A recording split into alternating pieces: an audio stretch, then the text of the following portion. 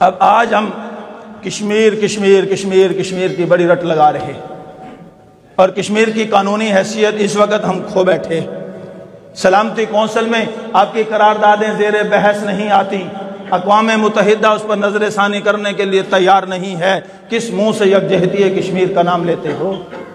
کیا یہود و نصارہ والے ٹرین چلا رکھے ہیں؟ آدھا گھنٹہ روڈوں پر خاموشی اختیار کریں گے، لائن لگا کر کے کھڑے ہوں گے۔ میرے دوستو، آج 5 فروری یکجہتی کشمیر بھی ہے، آج صدیق اکبر رضی اللہ تعالی عنہ کا یوم وفات بھی ہے۔ صدیق اکبر کے دور خلافت سے ذرا سبق سیکھو۔ صدیق اکبر کے دور خلافت کے اندر آپ نے اسلام کی نشاط ثانیہ کا آغاز کیسے کیا تھا؟ آپ کے وصال کے بعد صدیق اکبر رضی اللہ تعالی عنہ نے لشکر اسامہ کو روانہ کیا تھا، خالد بن ولید کو روانہ کیا تھا، اکرمہ بن ابی جہل کو لشکر دے کے روانہ کیا تھا، اور صحابہ کرام کو 15 لشکر روانہ کیے تھے، اور بتلا دیا تھا کہ جب امت مسلمہ پر کوئی وقت آن پڑے تو اس کا واحد حل اور علاج صرف اور صرف یہ ہے جو آقا نامدار دے کر کے یہ ہیں، جس پر میں عمل کر رہا ہوں اس سنت کو زندہ کرتے ہوئے اس عمل کو دہرانا تمہارا کام ہے۔ اللہ کی مدد آسمانوں سے اتارنا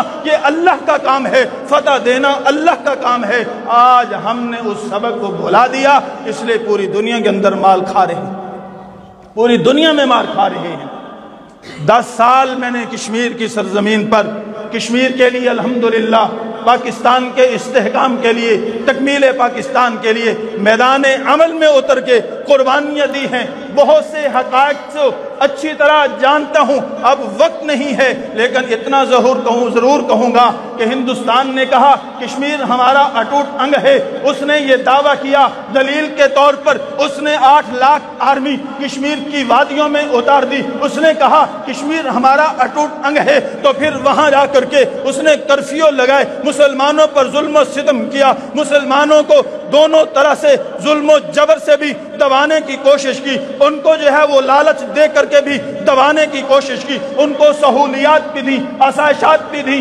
آپ اپنے آزاد کشمیر کو بھی دیکھو، مقبوضہ کشمیر کو بھی جا کر کے دیکھو، وہاں اس نے کیا کچھ نہیں دیا، لیکن چونکہ وہ مسلمان تھے، ان کے دلوں میں ایمان تھا، پاکستان کے ساتھ محبت ان کے دلوں میں راسخ تھی، اس لیے انہوں نے نہ تو پیار کو تسلیم کیا، نہ مار کو تسلیم کیا، نہ ظلم و تشدد کو تسلیم کیا، ان کے سامنے ڈٹ کر کے کھڑے ہو گئے۔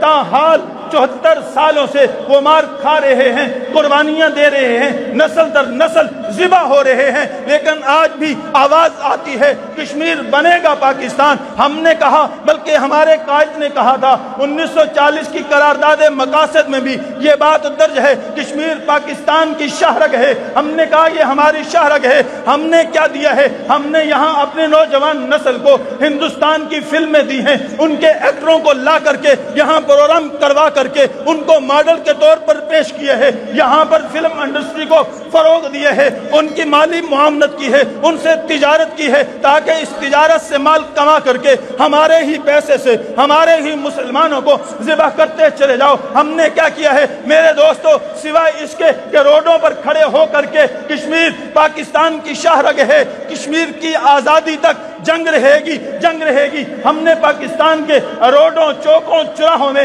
کشمیریوں کے لیے نام کی جنگ لڑی ہے۔ آج نوجوان میدان میں نکل کر روڈوں پر چند نعرے لگا کے، چند بینر لگا کر کے، پھر واپس آ کر کے بیٹھ کے انڈیا کی فلم، انڈیا کا چینل کھول کر کے بیٹھ جاتے ہیں، انڈین اداکار کو لائک کرتے ہیں، اس کی فلموں کو دیکھتے ہیں اور ان کے ساتھ اظہار یکجہتی کر رہا ہوتا ہے۔